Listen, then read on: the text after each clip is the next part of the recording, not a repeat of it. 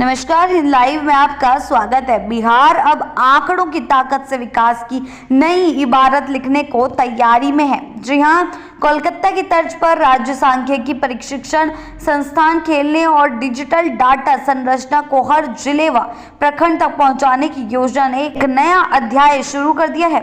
सरकार की इस दूरदर्शी पहल का मकसद है आंकड़ों की दक्षता को बढ़ाना, जिससे नीति निर्माण से लेकर जमीनी योजनाओं के क्रियान्वयन तक हर कदम पर सटीकता सुनिश्चित की जा सके।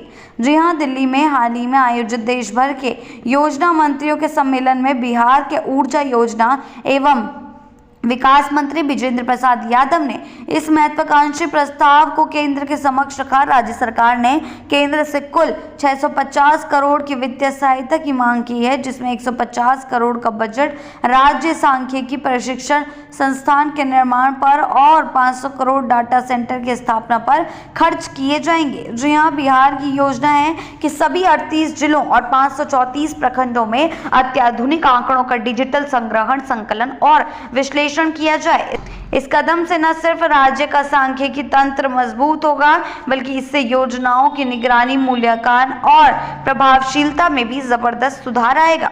जी हां, बताते चले, प्रशिक्षण संस्थानों में राज्य सांख्यिकी सेवा, अधीनस्थ सेवाओं और अन्य विभागीय अधिकारियों को प्रशिक्षित किया जाएगा। इसके लिए छात्रावास, कक्ष, पुस्तकालय और इलेक्ट्रॉनिक संसाधनों की व्यवस्था की जाएगी, ताकि प्रशिक्षण की गुणवत्ता अंतर्राष्ट्रीय स्तर तक की हो। जी हां, बिहार सरकार पहले ही 34 SDG स्टेट इंडेक्स बना चुकी है और उसकी निगरानी के लिए डैशबोर्ड तैयार कर रही है। अब एक कदम और आगे बढ़ते हुए राज्य ने प्रोजेक्ट मैनेजमेंट यूनिट की स्थापना की योजना बनाई है, जो विभिन्न विभागों के सार्वजनिक आंकड़ों को एक डिजिटल प्लेटफॉर्म पर प्रदर्शित करेगा।